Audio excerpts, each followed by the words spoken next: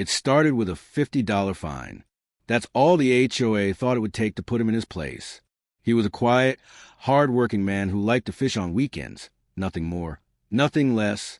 But to the Homeowners Association, he was a problem. They saw his skin, they saw his presence, and they decided to make an example out of him. What they didn't know was that he wasn't the kind of man you could push around. That fine? It became the spark that would flip this entire neighborhood upside down and leave the HOA wishing they'd never crossed paths with him. Marcus Ellison had lived in the same suburban neighborhood for 5 years. He kept to himself, maintained his yard, and paid his dues like everyone else. A software engineer by trade, he valued peace over confrontation. Every Saturday morning, you could find him at the small community lake, casting a line into the still water. Fishing wasn't just a hobby for Marcus. It was a tradition, something he'd learned from his father during long summer days in rural Georgia.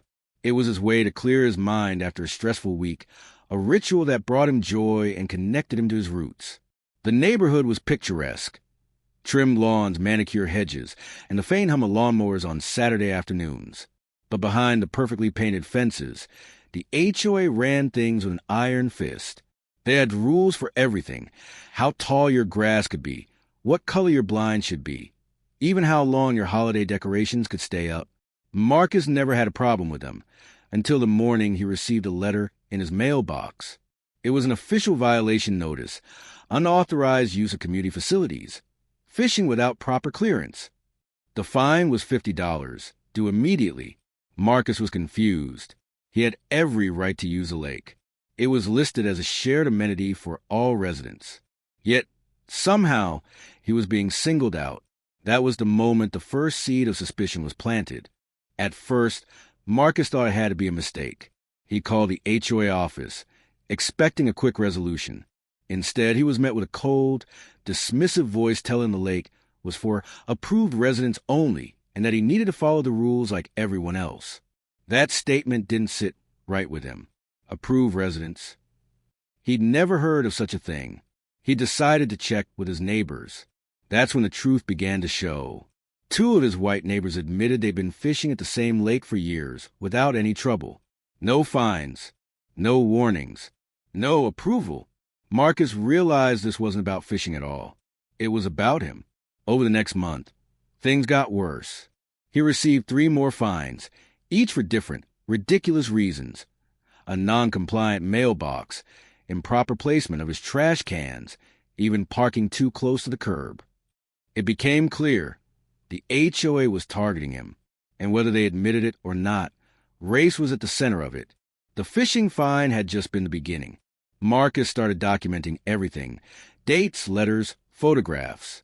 He kept records of neighbors breaking the same so-called rules without consequences. And while the HOA kept trying to squeeze money from him, Marcus quietly worked on something they never saw coming. Through public property records, he discovered something fascinating. The lake wasn't owned by the HOA. It was owned by a private entity, and that entity was open to selling. Marcus had been saving for years. A combination of careful investments in his tech career had left him with more than enough to make a serious offer. And so, while the HOA sent him yet another letter, this time threatening legal action over an unpaid fine, Marcus finalized the paperwork that would make him the legal owner of the lake itself. The news broke at the next HOA meeting.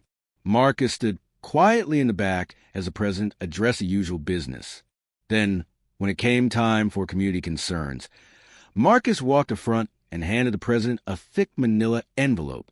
Inside were the official deed documents, notarized, signed, and filed, stating that Marcus Ellison was now the sole owner of the lake and surrounding shoreline. At first, they thought it was a joke. Then, as the president flipped through the papers, his face went pale. Marcus explained calmly that since the lake was private property, he would now decide who had permission to fish there. And effective immediately, all HOA members, past and present, were banned from setting foot on it. The room erupted. Voices rose, people shouted, and the president tried to argue that the HOA had rights to the lake, but the law was on Marcus's side. The lake was his, fair and square. That petty $50 fine had cost him everything. Word spread fast. For years, The HOA had lorded over residents with rules and fines, but now their crown jewel, the lake, was out of their reach. Families who once gathered there on weekends had to look for other places to relax. And the very people who had targeted Marcus were forced to watch him enjoy the property they once claimed as their own. Marcus didn't buy the lake to make money. He didn't turn it into a business or charge outrageous fees. He simply used it as his personal sanctuary, inviting friends and family, the ones who truly respected him, to fish and enjoy the peace it brought. For the HOA, it was a public and humiliating defeat. They'd tried to push out a man they underestimated, and in the process, they'd lost the very thing they tried to keep from him. Looking back, Marcus didn't see it as revenge. He saw it as balance, a reminder that power can shift in unexpected ways when you stand up for yourself. And to anyone listening, the story carried a clear message.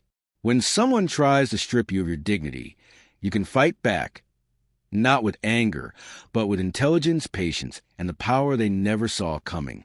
So, what would you do if the system tried to push you out, but you had the chance to own it instead?